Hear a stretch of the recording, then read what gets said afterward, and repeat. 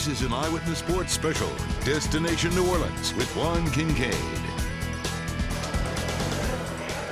Here we are back in Manning's right now. Welcome everyone from 68 to the final two. The national championship game is basically set. We've reached it down to the final two teams. Two of college basketball's most storied teams will be playing inside the Superdome this evening. We are live from Manning's restaurant. I'm Juan Kincaid. I want to introduce you to a couple of guys that you obviously know very well. Bryan Salmond from Channel 4. Coach Ed Conroy from Tulane University. We're going to hear from both of these guys coming up in just a few minutes, but it's not quite a David versus Goliath matchup, but clearly there is one team that is the favorite, and that is the Wildcats. For the next hour, we're going to get you ready for the entire matchup, which gets underway at 8:23 inside the Superdome. But right now, I want to send it back to our studios. Jonathan Myers has much more on this weather we've been dodging all day. Jonathan? Yeah, Juan, really a mess for folks trying to get to that NCAA game. Let's take a look at the championship game and what's going on right now. If you're going to be heading out there currently, some watches up, severe thunderstorm watch. That's right, for the entire area except Washington and Tangipahoa Parish until this is going to be 8 p.m. this evening. Hopefully all this weather should be out of here by then, so folks getting a little bit of a later start may be a little bit better off than folks trying to get an earlier start like right now. You see the showers and thunderstorms right around the side of the Final Four game there.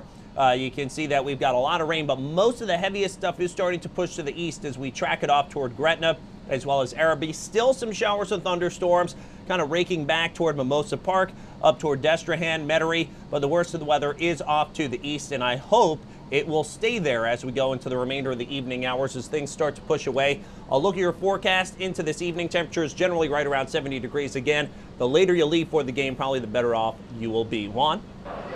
All right, Jonathan, thank you very much. Hopefully check back with you with some better thoughts on weather a little bit later. Hey, I want to bring in Bryan Salmond real quick. Hey, we're talking about Kentucky right now. Bryan, everyone's been talking about this Wildcat basketball team as the legitimate favorite to win this tournament since the tournament began, but you got a little bit more on them. Absolutely. Kentucky, of course, they haven't won a national championship since 1998, of course. That's when Rick Pitino was coaching the team. But this year, with all the NBA players, all the talent on their team, a lot of people believe that Kentucky is a definite favorite going into this game.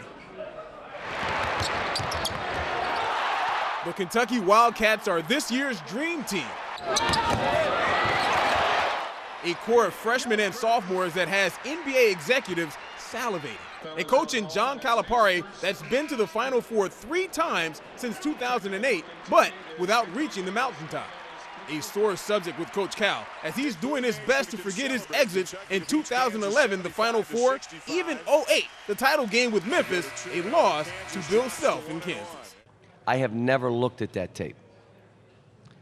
That tape was flung out the door of the bus as we were going to the plane. So I've never looked at that tape, nor will I. I haven't looked at the Connecticut tape from last year. That was thrown out. You know, the only thing I'd learn from that thing is, oh my gosh, we lost, or how did we lose, or I'm moving on. And move on has he ever. Calipari left Memphis for Kentucky and quickly built a national power, recruiting the best players in the country and convincing them to play hard and, most importantly, be unselfish. It's a players first program, they know I mean that, but during the season it's all about team. They look at the players we've coached and they're saying, if you listen, good things happen. You know, we've been fortunate that we've had the players like this that share the ball. So our best players have all been good guys. And again, it goes through the recruiting process. If your best players are selfish, you're going to have a selfish team. No one ever accused Calipari of being clueless. He knows where his bread is buttered. And that 6'10" center, Player of the Year, Anthony Davis. But in tonight's game, Davis needs to contend with another NBA lottery pick, 6'10" Thomas Robinson, a kid who has Davis by nearly 20 pounds. And Davis is well aware of T-Rob. We know he's a great player, you know, rebounds the ball, you know, finishes with authority. Probably one of the best players that, you know, we're going to face this year. You know, it's going to be a great challenge for me, so I just can't wait to play. They're a really talented team.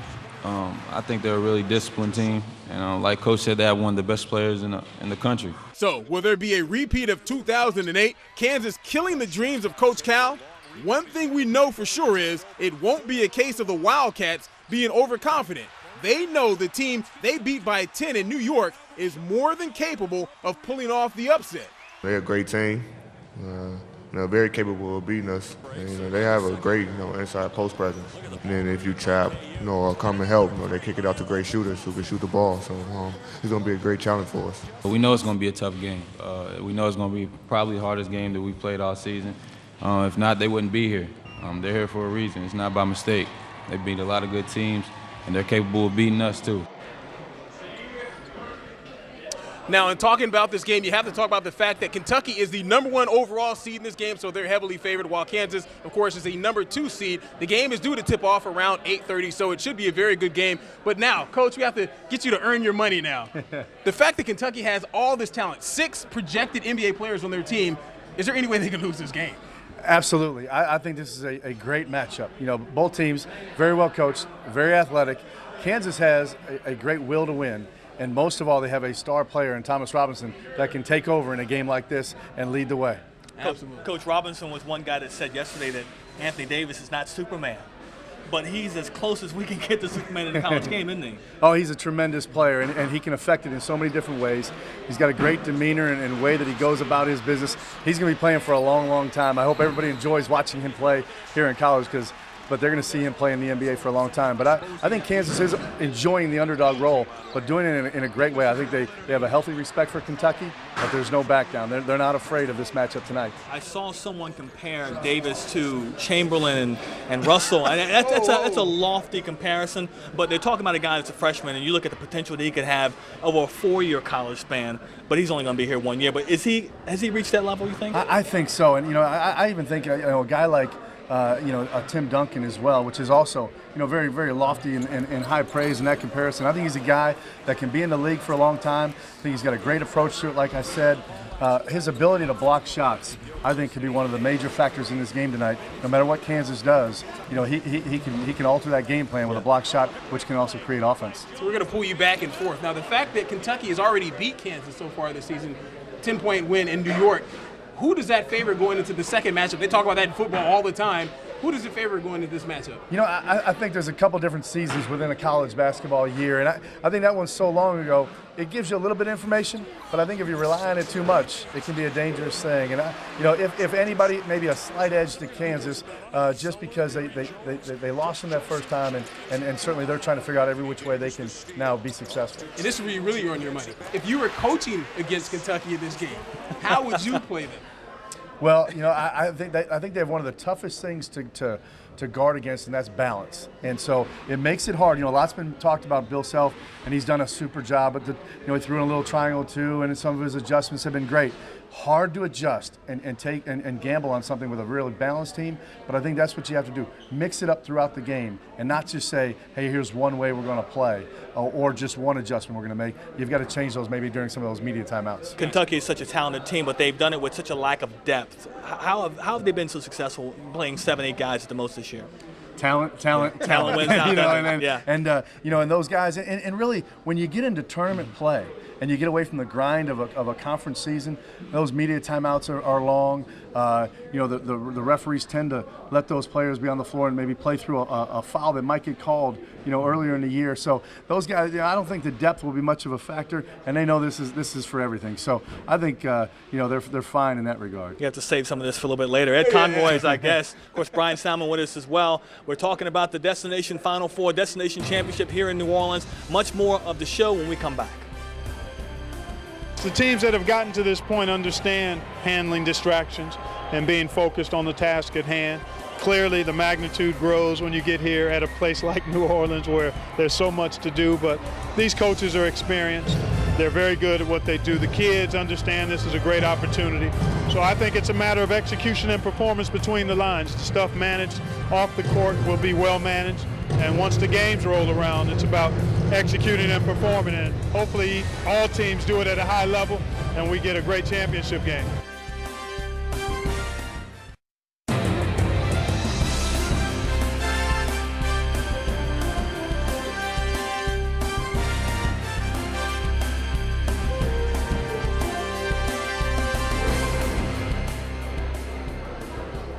The The Crescent City's been alive all weekend with Final Four activities, many of them taking place over at the Convention Center, which has been transformed into Bracket Town. Tons of stuff going on over there, including youth clinics, a Legends game, and the 3-on-3 tournament. And you can't have a party in New Orleans without a little mood music. For 3 days, the Big Dance Concert Series welcomed some awesome acts, from the legendary band Kiss to last night's Jimmy Buffett show, Better Than Ezra, of course, playing beneath all the rain showers in Waldenberg Park. And then there's what you don't see, that may be perhaps the most important thing happening this evening. Hundreds of men and women behind the scenes getting this tournament going on the air for you. It's a mega broadcast that takes nearly a year to prepare for. 2, 1, music, hit it, Ed. From every angle, tonight's championship game between Kentucky and Kansas will be covered. CBS Sports, as they've done every season since 1982, will flex its visual muscle inside the Superdome tonight with a cast that'll seem like thousands. 30 to 35 cameras. We focus it everywhere. We're trying to capture the energy and the emotion and the excitement of the entire tournament. The last time the tournament was in New Orleans, 10 years ago. Just as much hype, just as busy a production for CBS Sports. It keeps growing. It was not nearly this size 10 years ago, but it's definitely grown. And because of its growth, planning for this year's event began 10 months ago. A half-dozen trips to and from New York to the Crescent City, just to make sure everyone was on the same page. It's all in the planning. We don't just show up a week before and put the event on. Ready, set, go! This is the 5th championship game to be played in the Superdome, and the game's audience worldwide continues to explode, as does the Crescent City's image, as CBS continues to put New Orleans' best foot forward. The party, the Mardi Gras-esque feel, so that's what we try to capture that. And in a bit of irony, the Final Four fell on the exact same weekend as the Louisiana Derby. The Bluegrass State well represented on Sunday over at the fairgrounds, as the longest shot in the race ended up winning the race. Hero of Order, a 99-1 shot in yesterday's Louisiana Derby, ended up winning, perhaps giving Kansas fans some hope that anything can happen tonight.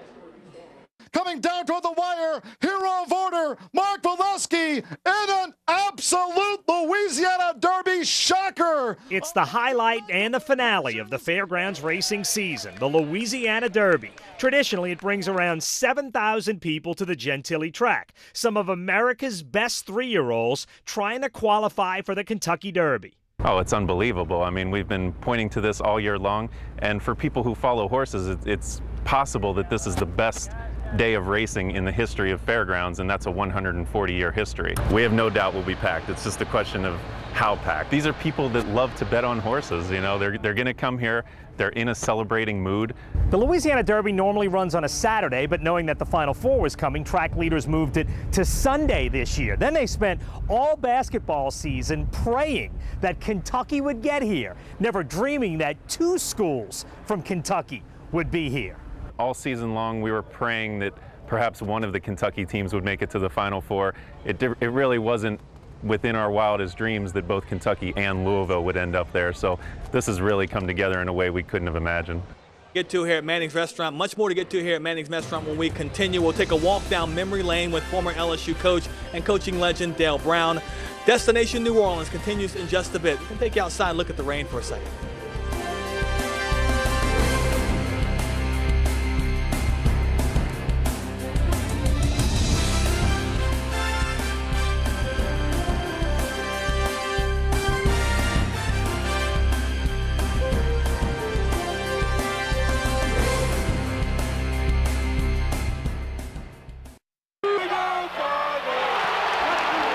Well, they are penetrating again. Oh, the Shaq knocks it into the seats. Well, isn't that amazing?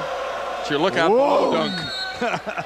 We'll ever question Shaquille O'Neal's greatness at LSU, but he was really a part of a team that underachieved, and he was coached by a man in Dale Brown that many believe to this day is underappreciated. 31 years ago, Dale Brown had one of the most memorable weekends of his life as his Tigers clinched a spot in the Final Four with a win over Wichita State in the Superdome. A far cry from the program he inherited in 1972 when he got a sobering message from athletic director Joe Dean. You're going to have to sweep the floor. He said, probably keep score and maybe sing the national anthem. October 15th, 1972. Came down an hour early. Guess who had to sweep the floor, put the baskets down? My managers, trainers, assistant coaches, and myself. So those early seasons produced meager success, but beginning in the late 70s, things started to come together for Brown's Bayou Bengals, who entered the 80-81 season with an experienced squad, with high hopes, but not quite as high as the coach could have foreseen. But as the season progressed, there was a tenacity they had, a commitment, and I thought, if I don't mess this thing up, this team can maybe go all the way. The Tigers' trip to the 81 tournament crescendoed 80 miles from home in the Dome, where wins over Arkansas and the Shockers sent 30,000 Tiger fans into a frenzy, watching their team achieve success that hadn't been seen since the early 50s. I remember those gold pom-poms that were waving in the air. There was an atmosphere in there that just knew it was going to happen. I know that's, I'm not trying to sound like Nostradamus here in front of this camera, but there was a feeling that, boy, for somebody to beat us, it's going to take something special. Brown's Tigers made another Final Four run in miraculous fashion as an 11 seed in 1986. But it's a tournament run that didn't happen that many Tiger fans remember. With an uber-talented roster featuring the likes of Chris Jackson, Stanley Roberts, and Shaquille O'Neal, Coach Brown's 1990 squad failed to make it past the second round of the tournament. I was worried about him from the beginning for this reason. Stanley, as a freshman, was a better player than Shaquille as a freshman. Chris was a sophomore. So now we had the center open the first year. Chris driving down the middle and stopping or going all the way to the basket. Shaquille struggled as a freshman. He only averaged about 14 points. Now that sounds ludicrous, 14 points. But the star he could have been. It was a difficult group to bring together because Chris kind of felt like he had a bit in his mouth because he couldn't drive the middle anymore. And then in retrospect, should have I benched one of the two centers? I don't know. Good or bad idea. Hindsight's always 20/20. Thank God I'm free at last. I'm ready to go. Under the cloud of a recruiting scandal, Dale Brown called it a career at the end of the 1997 season, but stayed just as active in retirement as he did roaming the sidelines at LSU, crediting basketball with motivating him toward the pursuit of greatness in every facet of life. And when a coach put his arm around me as a young boy and patted me on the back and said, Dale, God don't make any junk, man. You could be pretty good in something. Wow. It gave me the first self-image of myself. It taught me discipline. It taught me teamwork. It gave me a college education. One of Brown's most talented players now has a towering statue outside of the PMAC, and many of his coaching peers have courts named after them. But Brown says his legacy speaks for itself, whether or not the hardwood at the Maravich Assembly Center ever has his name on it. Why do you coach? And I feel this way. It isn't who you coach or where you coach, it's why you coach. I coached for the same reason that I loved basketball. It gave me a good self-image. I could help people. And it's an exciting game. So my legacy can't be on a court, can't be on a statue, can't be on a building name. It's in the heart and souls of those, hopefully, that I did something good for young men.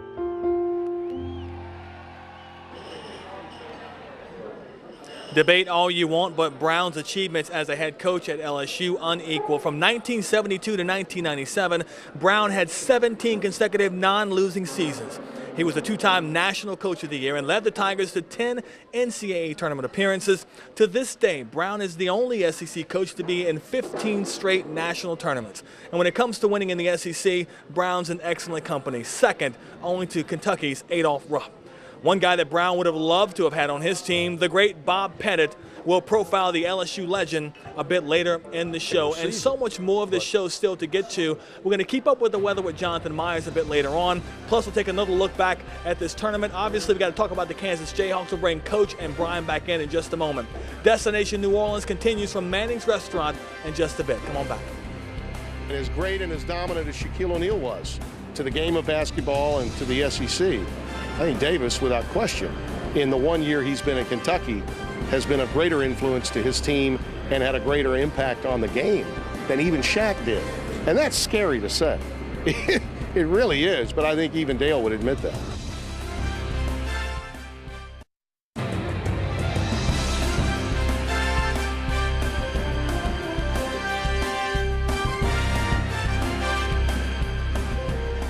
right, Destination New Orleans back here at Manning's Restaurant.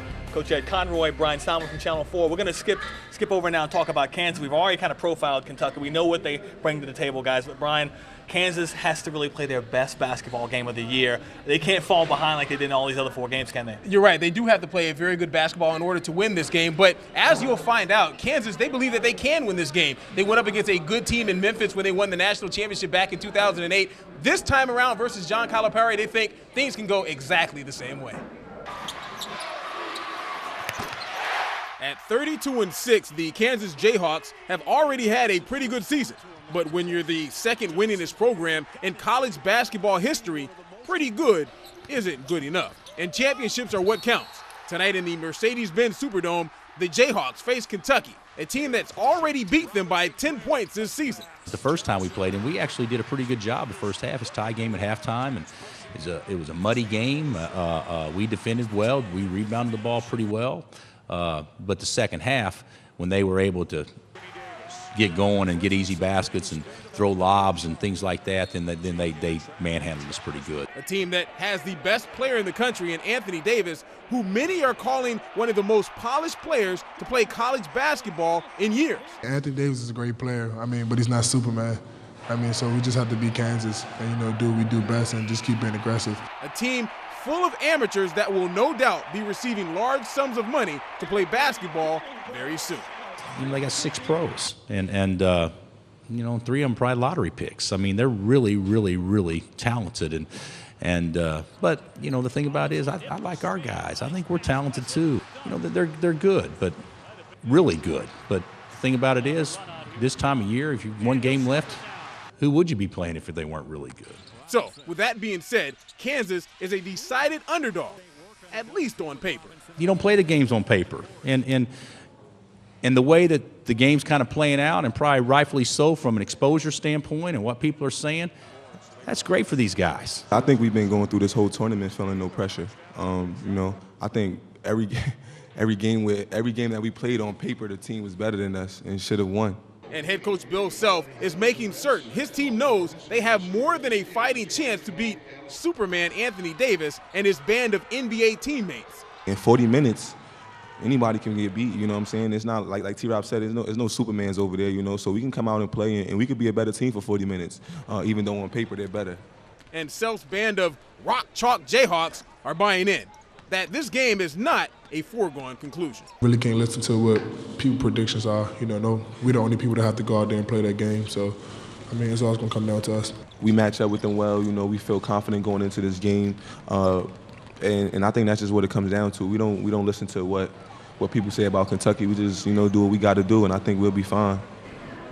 Let's talk about why Kansas is playing so well in this tournament so far. They're holding their opponents to 59.2 points per game in the tournament, so that means they're getting down in their defensive stance and playing great defense. Their average margin of victory in the tournament, 7.2 points per game, so they're not winning nail-biters, although the game that they won to get into the national championship game, they did by 2 points. And, of course, I alluded to it a moment ago, they won the national championship back in 2008 versus John Calipari when he was coaching against Memphis. Now, we're going to bring Coach back in to earn his money.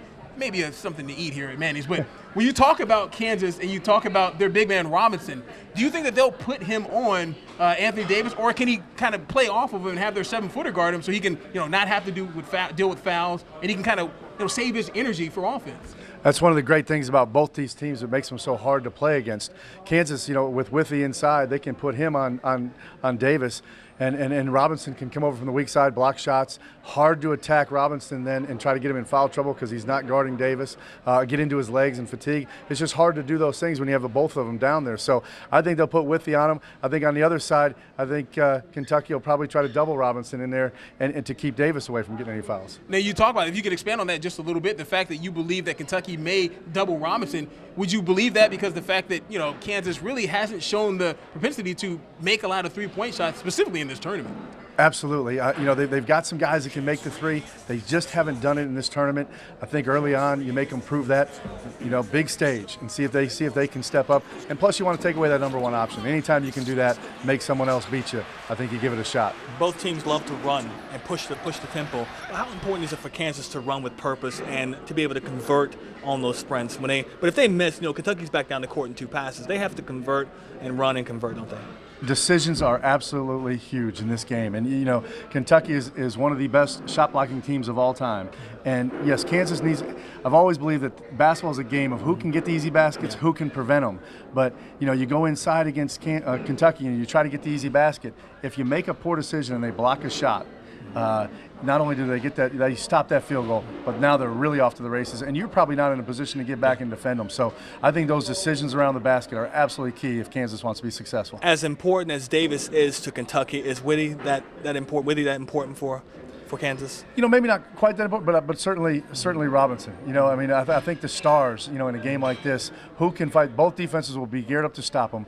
Who can find a way to not only make their teammates better, take what the defense gives them, but then find that point in the game when they can exert their will.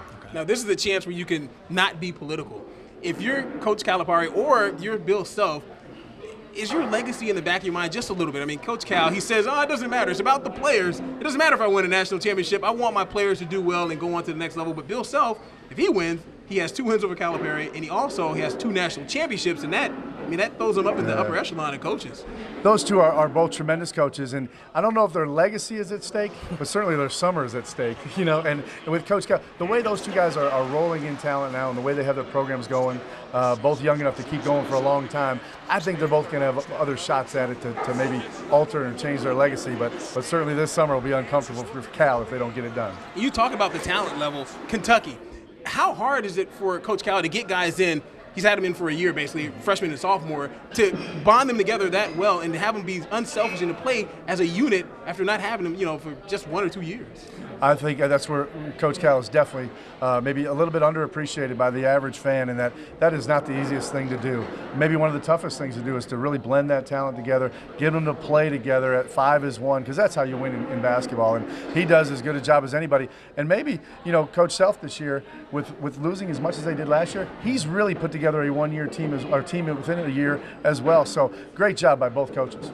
One of the big stories right now with this tournament is the weather outside, but Scott Satchfield's been battling at it all day. It is going to be a sea of blue inside the Superdome. We caught up with Scott Satchfield earlier to talk about the fans that are all filing into the dome right now.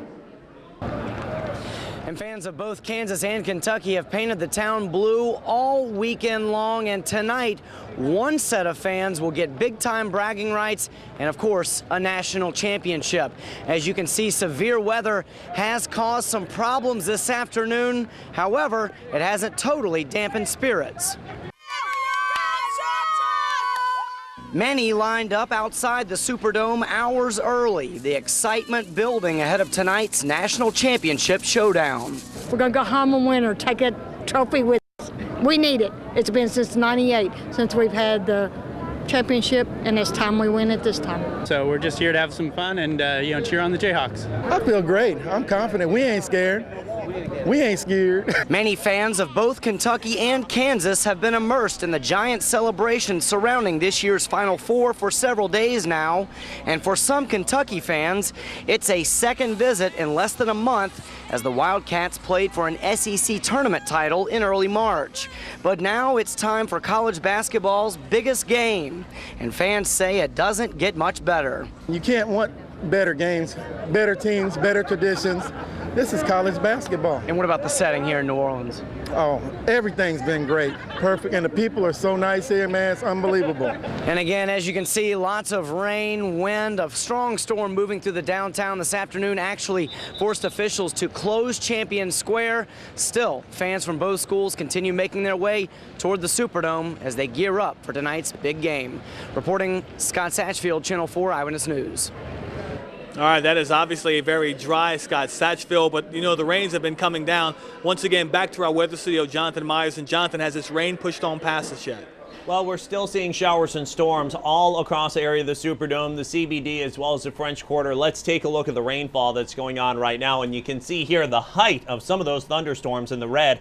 That's a signature of some intense rainfall that's still coming down. That's kind of blocking the New Orleans marker. Thankfully, the reason it's blocking the New Orleans marker is because it's south of the city right now. We still do have some rain and some pretty loud thunder going on in the French Quarter all the way down to the CBD right around the Superdome. You can't even see it here because it's blocked out by the radar echoes. But in any case, we do have some rain, light to moderate at times. The heaviest of the rain, there's one patch near Harahan, but there's a big patch that's blasting La Rose up to Lafitte. Lots of lightning, lots of thunder up to Violet, and all the way up onto the North Shore toward Varnado, Wiggins, Bay St. Louis, Biloxi getting waxed right now with very, very heavy rain. But there are no warnings right now. Actually, you can see some missing data here with the radar and satellite picture. That's because we had a couple of lightning strikes that affected the station and affected our weather equipment. So that's why you see some of those blanks. In any case, this stuff is moving off to the east. And I would hope in about the next hour, hour and a half's time, things should start calming down. Probably by about 8:30. Really, when the game tips off, I think that's when the rains should mainly be pulling to the east. But for the time being, we've seen some good rains in the French Quarter. Take a look at the French Quarter rain with 1.65 inches of rain already. Temperature only 67 degrees, really cooling off and dampening down. Still, a severe thunderstorm watch continues for the entire South Shore except for St. John and Terrebonne Parish until 8 p.m. But hopefully, reveling in the quarter will be drier by, say, 11 o'clock midnight for whoever the winner is of the championship game. Going into the Dome is still going to be wet, though, with temperatures about 65 to 70 degrees. Juan? All right, John, thank you very much. It sounds like things are getting a little bit better. Hey, when we come back, Destination New Orleans, we're not done here at all. So much more to get to, including a piece on Bob Pettit, the legend who lives here in New Orleans. Much more Destination New Orleans in just a bit. Stay with us.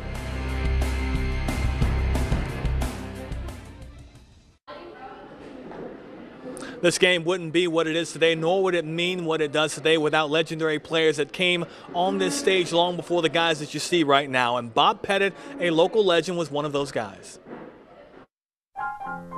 You may not recognize his face, but his name is unforgettable. Robert Lee Bob Pettit Jr. is basketball royalty, homegrown on the playgrounds in Baton Rouge. We never had any coaching in the summers. Didn't have much coaching during the regular season, but in the summers, there were no AAU teams, there were no clinics, there was nothing. We had no weight training, anything. So in those days, everything I did, I didn't play really until I was a junior in high school, but everything I did those last 2 years was trial and error. Just getting out in the backyard and shooting and shooting and shooting and shooting.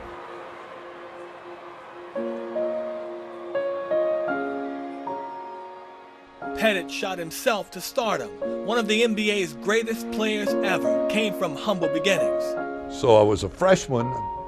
I was the last man on the junior team. I remember because bus broke down, we had to go in cars, and one fella couldn't go, and I was left home. So that was my freshman year. I went back out as a sophomore and got cut from the team and sent home. Being made to wait his turn, Pettit realized that he had to make his turn. He was a late bloomer back in the early 50s, but blossom he did, just in time for college. I had developed by the time I was a senior to where I had become a good player, a very good high school player. And I had 7 or 8 college scholarship offers, one from Tulane, one from Loyola here, and one from LSU. And the rest, as they say, is the stuff of lore. As you develop how your goals in life change. And I told you when I was a sophomore, my ambition was to win a letter. 10 years later, I wanted to be the greatest player in the world. You know, that was my ambition. Pettit entered LSU at a time when freshmen couldn't play varsity, so again, he had to wait his turn. But his patience, and LSU's patience in him, paid off. For the next 3 seasons, Pettit was the best to ever lace him up at LSU, and one of the best college basketball fans had ever witnessed. From 1952 to 1954, his averages in points scored and rebounds per game went up from 25 and 13 during his sophomore season to a whopping 31 and 17 as a senior. But it's during his junior year that the Tigers had their most team success. Led by the All-American Pettit, LSU made a run to its first ever Final Four. Our 53 team was, well, we were 22-1 during the regular season. We were a very good college team. We were not big. I was, at my height, 6'8" or 6'9", as compared to, say, an Indiana who had a 6'10" center and 6'6", 6'2", 6'6" forwards. They were bigger and stronger. And that season, the Tigers lost to the bigger and stronger Hoosiers in the semifinal game. But that setback didn't take from the excitement surrounding Pettit and his Tigers. During a time when only 22 teams made the NCAA tournament, you had to win your conference to get in. The excitement of the invite back then was the same as it is today, because it's what you work for the most. A chance to be on the national stage, competing for a national championship. Pettit and his players got their shot, and took it. Even today, the Naismith Hall of Famer follows the tournament, right down to the crowning of its next champion. Pettit, who'll turn 80 in December, now calls New Orleans home, and he's done so for decades. And that's about how long people have debated his place in LSU history. Greatest ever?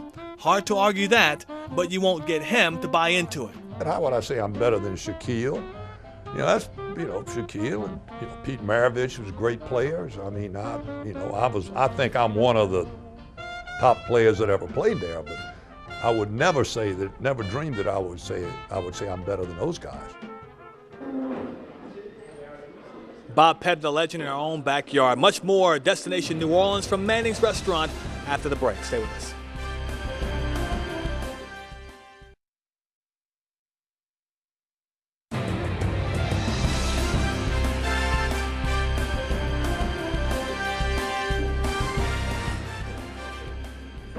As far as tonight's championship game, everyone has an opinion on who will be raising that championship trophy in the end. ESPN's Digger Phelps actually coached against Dale Brown back in 1990 in the Superdome when he was with the Notre Dame Fighting Irish. Mike Hoss caught up with Phelps earlier today. Tonight it is the continuation, two storied programs, UK and KU. Hard to believe, really, when you think about all the years of college basketball. Really only met one time in the NCAA tournament. This is going to be a unique experience. What do you expect tonight? Well, Calipari took this job at Kentucky for one reason, to win a national title. And this is his second year back. Obviously, last year they lost to some team named Connecticut that went on and won it in the Final Four. But now he has that shot to get it done against Kansas. To me, Kentucky has the best starting five in basketball.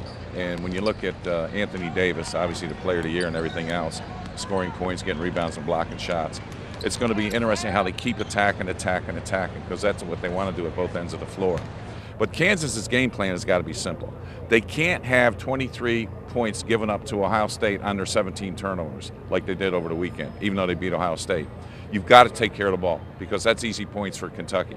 The second thing is, I think you got to attack Anthony Davis because when you look at how they lost two games against Indiana with Cody Zeller, he got in foul trouble.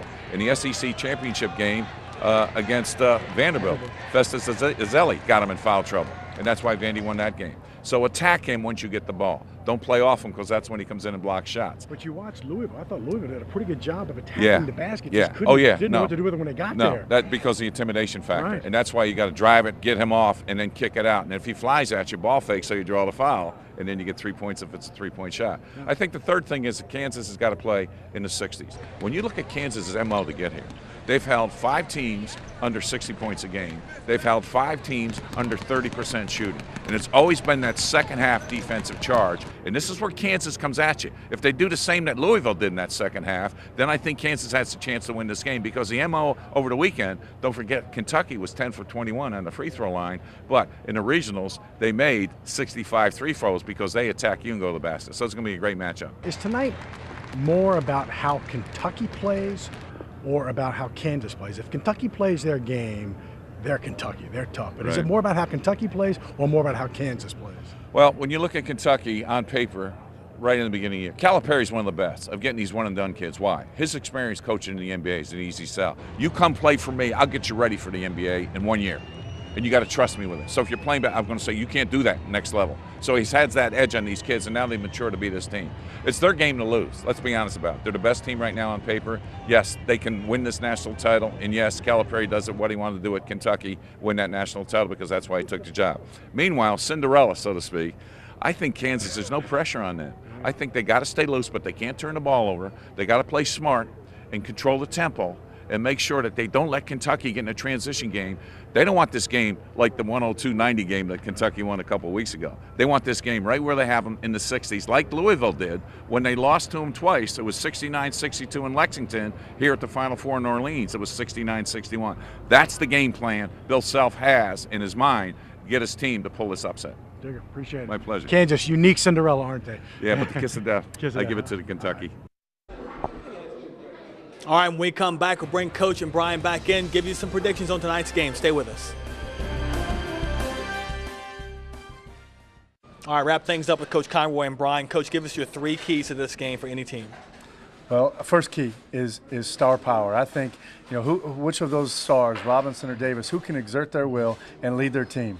Secondly, as we talked, it's about easy baskets, and I think that whoever can win the transition game, who can get out and run and get those baskets where they have an advantage and score the easy ones. And then lastly, the free throw line, who can stay on the attack, get themselves to the free throw line, and then most importantly, who can make them. And I think a hidden stat at the end of the game, if someone, you certainly don't want to give it away at the line by not taking advantage of those charity. He sounds like a coach. Give me a quick prediction. Who wins? Kansas. Heart says Kansas. Is my daughter's bracket. That's what she has. We're going with Kansas. All right, Bryan, what do you think? I go with Kansas as well, 69-65. All right, Bryan. Bryan, Ed, guys, appreciate it. Nice job tonight. And we want to thank Manning's Restaurant for having us as well. A fantastic show. We appreciate them having us here. Thanks for joining us. Enjoy the game. Destination New Orleans Championship, about 20 minutes away from tipping off. Enjoy.